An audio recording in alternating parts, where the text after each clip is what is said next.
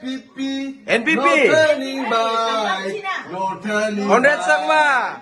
John Leslie ke sangmau bade kertong ka United Democratic Party UDP na South Tura constituency bat udkhat ka balang baptis tura ulabu dak ejahar hatura police station West Garo Hills persya ikit khat bat nongïalam ke NPP halo kan nongrem jingkeno bakila penmong ya ke jingsngo kibanget niam kristan katkum ke ejahar la ong baladon ka video kabala sapriang haba kidkhat ka NPP haga jelam George Man marang ubade General Secretary ke NPP na William Nagar Kyrwoh ya ke jingrwai niam ka bajurwa shirham banyero ya Jesus Christ da kirungai kristan dak bapenrung ya kiktian banyero ya ke seng NPP bat ukonrat ke sangma. We have decided to follow NPP.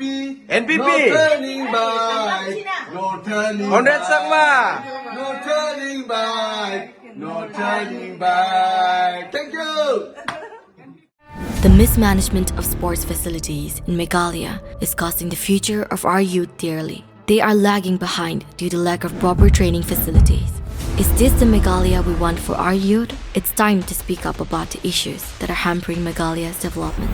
Share your suggestions with Modi Ji and become a part of Meghalaya's developmental journey. Give a missed call at 836 000 6060. This 27 February, together, let's empower Meghalaya. Congress's commitment to Meghalaya, corruption-free Meghalaya, by bringing in new transparency law against corruption with total transparency in all state government dealing. 5 commitments na kaseng Congress na kabinta ka 5-star Meghalaya. Ka Meghalaya TMC kawan rak shapi ya ka maikat anda ka TMC kan thau sarkar ka Meghalaya TMC kan pinmi lailak teli ki kam hapo kini kisan snem manwan barkum juru ban ai jingerap pisa ka belong shihajar tika shibanai kata khat arjar tika snem ka barok ki samla ki bampat don ni ka kam ka jam hakane ka ap nyau terek urumphang John ya ka sap jong phi haki artli ki sentio bat kershan ya ka Meghalaya TMC